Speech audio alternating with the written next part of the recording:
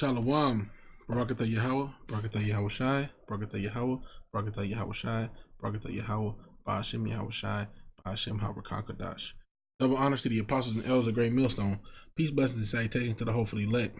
All right, it's the brother Azariah here with the Pittsburgh GMS camp, and I had this lesson idea pop into my mind the other day.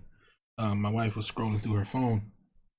I believe she was on Facebook, and I began to hear this church music playing from one of the posts on her feed or whatever. On you scroll through and there's different videos, recommendations, and stuff your friends posted. So I heard this church music, and she turned off of it because she know I don't like it. False Christians singing that damn garbage. Like it. But I had this thought in my mind. Sent myself a message on it, exactly what the thought was. So let me go to it. So yeah, it says, our people shuck and jive, dance and sing for Jesus, aka Caesar Borgia, because the Jesus they know, aka Caesar Borgia, equals freedom to sin, eat pork, smoke, and etc., and still be saved. They are ecstatic, meaning extremely happy, that they can live in sin and pleasure under Caesar. And they refuse to accept the position of difficulty that comes with the real faith. And let's see here. And as you people know, you brethren out there know, how these Christians are, man. Shalom. Like, you know how these Christians are. I'll just open up a new tab.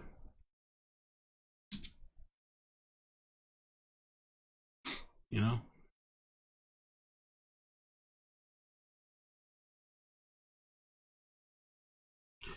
I'm not going to play any of the audio. But our people be all into it, They shuck, they jive, they dance, they sing, Look at this dude in the background. He might as well be buck dancing. Happy as hell. Smooth faced it, He got his beard. See, all smooth faced and happy. They praising the fact that they get to live in sin. They're praising the fact that they can go eat their pork today. They can go to their church on Sunday. They can go they can go in the middle of church, hop out, take a break, go smoke a cigarette. Look at this Greek, this damn Greek right here. They can go, smoke a cigarette, ride up the street, smoke a blunt, go back in church, and praise and holler for Caesar Borgia, for Serapis Christus. And this is why our people are so into this type of stuff, because it doesn't really require, any seriousness, Church, look at her throwing up the devil horn. That's interesting. A church in the sense that our people worship it in is a bread and circus act. There's no requirements when it comes to church. Now there are some churches that are stricter than others. That past the pimping, with the gold tooth and the Cadillac, that requires you to pay your tithes, faithfully and things of that nature, and make sure you give that money. Make sure pass that collection plate around one more time. We didn't quite get enough. But let me just go into some of these scriptures, man. And the reason I had this pull up, because I was already planning on making this, but I ended up coming across this the Elder Malcolm's video, and I ended up seeing this guy down here, right?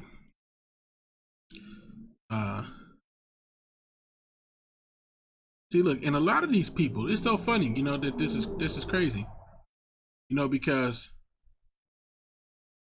I'm talking about music, and a lot of these people making these comments on the Elder Malcolm's video are people that do music, BCM Entertainment,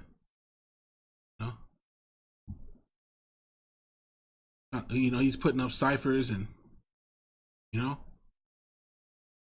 all these different things. Too Hot Freestyle. These are the things these guys are caught up into.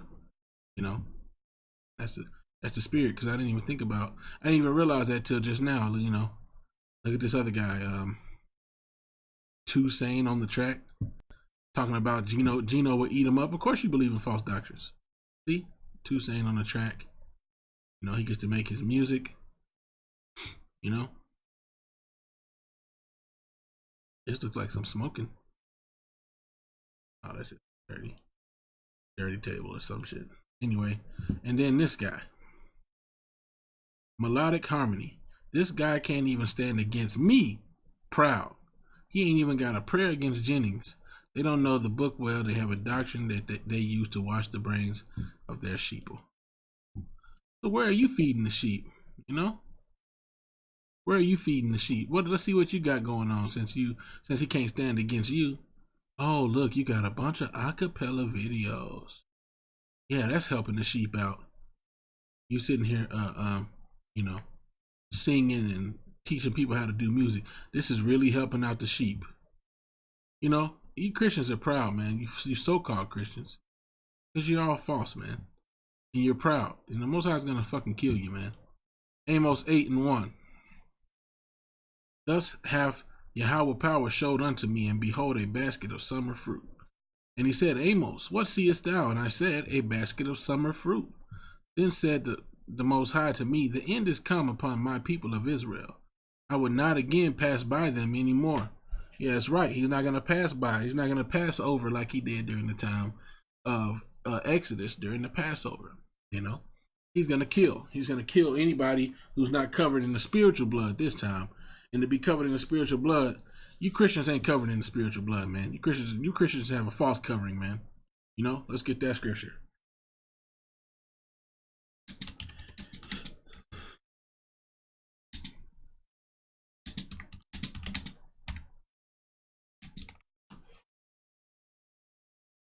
Isaiah 30:1.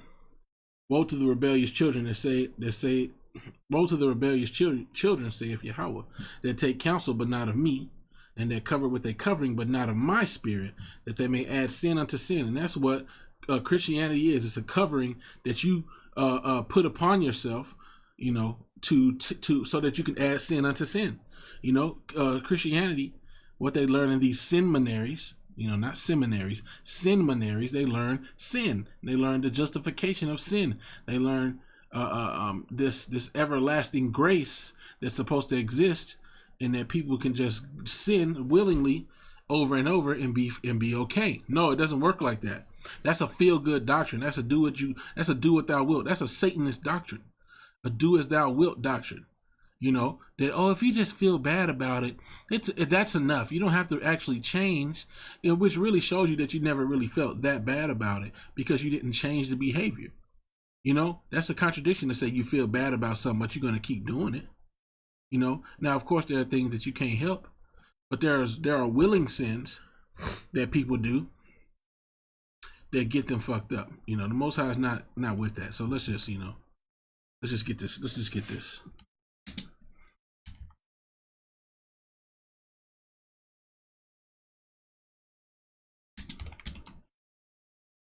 Hebrews 10:26. Just read this real quick.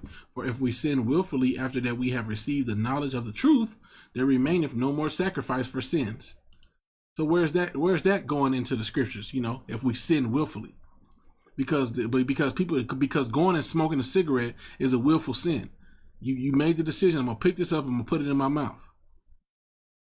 Going and smoking a blunt. I'm gonna go over here. I'm gonna roll up this tobacco, whatever paper, whatever you're doing. You lighten it, and it's harming your temple because of the tar and the carcinogens. Yeah, it ain't as bad as cigarettes supposedly, but it's still destroying your temple, man. And the Most High said He would destroy you if you destroy your temple. You going and sleeping with another man's wife, which is adultery. That's a sin you have to do willfully. You have to have that thought in your mind, and you have to play it out. You have to enact it. It starts as a thought, and then you play it through. If you do that, you're sinning willfully.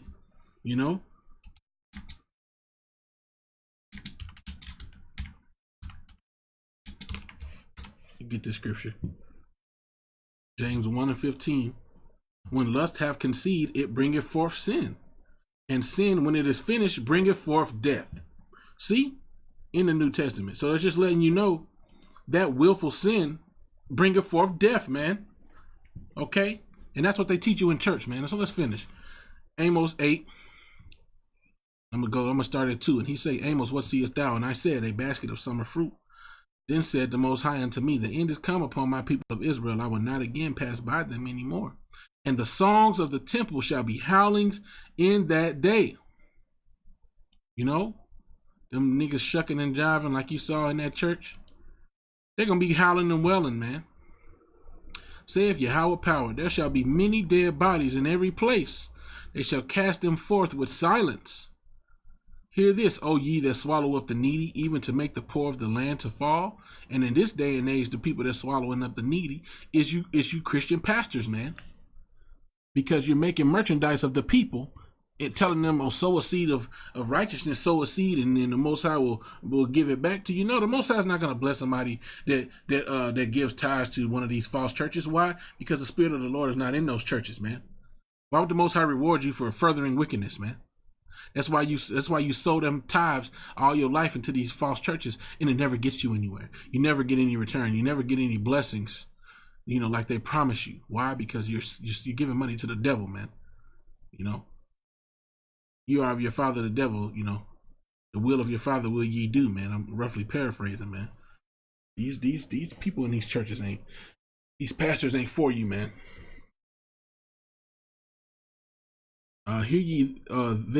Hear this, O ye that swallow up the needy, even to make the poor of the land fall, or fail, Salakia, saying, when will the new moon be gone that we may sell corn, and the Sabbath that we may set forth wheat, making the ephah small and the shekel great, and falsifying the balances by deceit? You know, that we may buy the poor for silver and the needy for a pair of shoes, yea, and sell the refuse of the wheat. So this just, you know, going into their underhanded practices, just being hella greedy. You know, even to the point where they selling the scraps of the wheat. They bundling up scraps to sell it when the scraps and the leftovers were supposed to go to the poor. You know, verse 7. The most High have sworn by the excellency of Jacob. Surely I will never forget any of their works. Shall not the land tremble for this, and every one mourn that dwelleth therein? And it shall rise up wholly as a flood, and it shall be cast out and drowned as by the flood of Egypt. And it shall come to pass in that day, saith Yahweh power, that I will cause the sun to go down at noon, and I will darken the earth in the clear day. What is this talking about? Let's just continue verse 10, then we'll get a precept. Actually, well, I'll just go ahead and get the precept. All right. Revelation 6 and 12. And I beheld when he had opened the sixth seal, and lo, there was a great earthquake, and the sun became black as sackcloth of hair, and the moon became as blood. And what's going to blot out the sun is the nuclear missiles hitting America, man. So this is talking about the end times.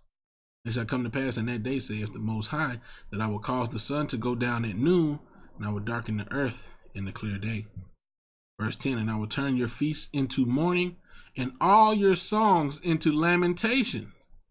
All them songs is going to turn into howling and mourning and lamentation and woe and, Lord, help me, Lord. No, he ain't going to hear all that, man. And I will bring up sackcloth upon all loins, and baldness upon every head, and I will make it as the morning of an only son, and the end thereof as a bitter day. You know?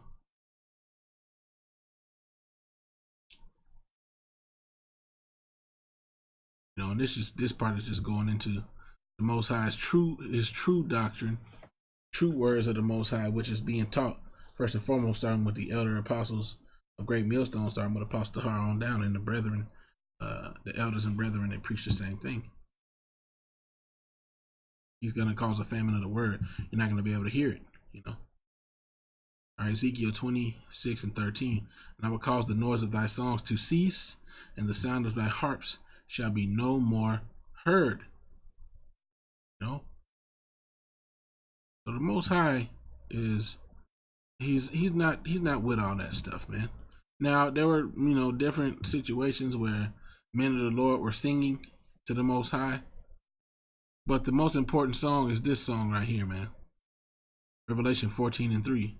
And they sung as it were a new song before the throne, and before the four beasts and the elders.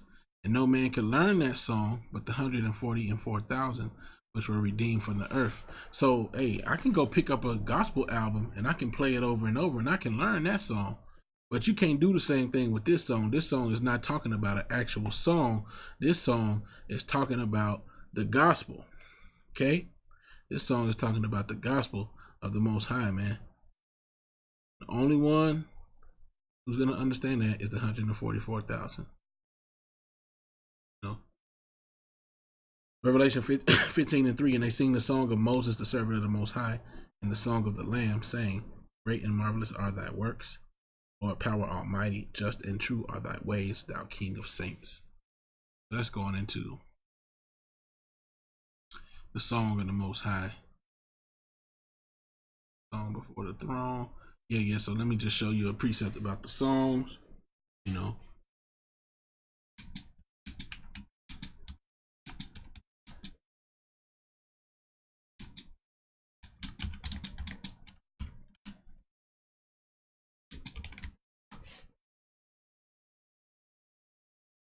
Ezekiel 33. See if I need to start up a little bit. Let's see.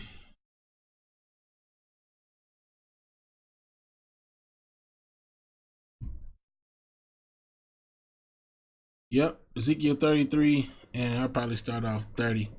Also, thou son of man, the children of thy people still are talking against thee by the walls and in the doors of the houses, and speak one to another, every one to his brother, saying, Come, I pray you, and hear what is the word that cometh forth from Yahweh. And they come unto thee as the people cometh, and they sit before thee as my people, and hear thy words. But they will not do them, for with their mouth they shew me much love, but their heart goeth after their covetousness. And lo, thou art unto them as a very lovely song of one that hath a pleasant voice, and can play well on an instrument. For they hear thy words, but they do them not. You know? And when this cometh to pass, lo, it will come, when the prophecies start coming to pass, then shall they know that a prophet have been among them. So this is going into that song that the 144,000 are singing. This is a song we should be concerning ourselves with, not some ooh, clapping your hands and all that other bullshit.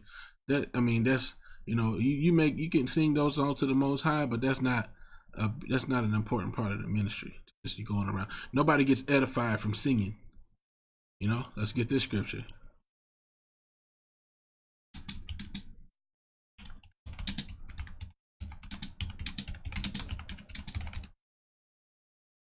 Ecclesiastes 7:5.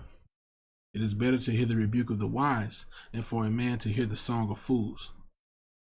So it's better to get rebuked by the men of the Lord out there preaching in the gates than to hear. But we know y'all ain't gonna hear it. Y'all rather go shuck and jive for Caesar Borgia so you can keep sinning, man.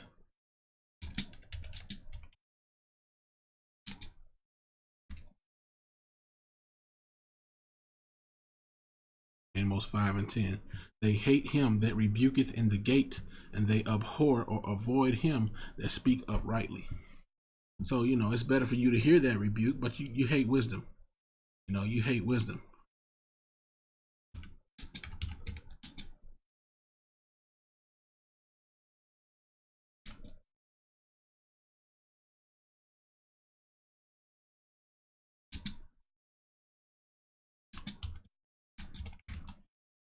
Is how long you simple one. Proverbs 1, I'm gonna probably start at 20. Wisdom crieth without, she uttereth her voice in the streets. She crieth in the chief place of concourse, in the openings of the gates. In the city she uttereth her words, saying, How long, ye simple ones, will ye love simplicity? And the scorners delight in their scorning, and fools hate knowledge. And so since you hate knowledge, you hate the rebuke of the wise, you hate of him that rebuketh in the gate. That's why you're gonna die, man. And that's why you're gonna keep on. That's why you're gonna go back to Caesar Borgia. You're gonna sing your little shucking, drive, and dance, and hop around songs and buck dance around the truth, and you're gonna do what feels good to you, man. Because under that false Christianity, you can do what you want to do, and you still have this delusion of being saved. Amos 5, and I'm gonna start at 21. I despise your feast days. I will not smell in your solemn assembly. This is the Most High talking to children of Israel, you so-called blacks, Latinos, and Native Americans.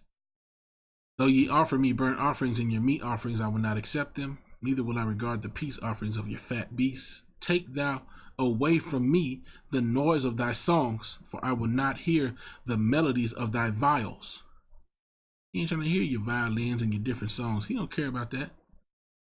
He hates, man. He hates and despises your feast days. He will not smell in your song. He don't want to even be there, man. You know? He don't even want to be there, man.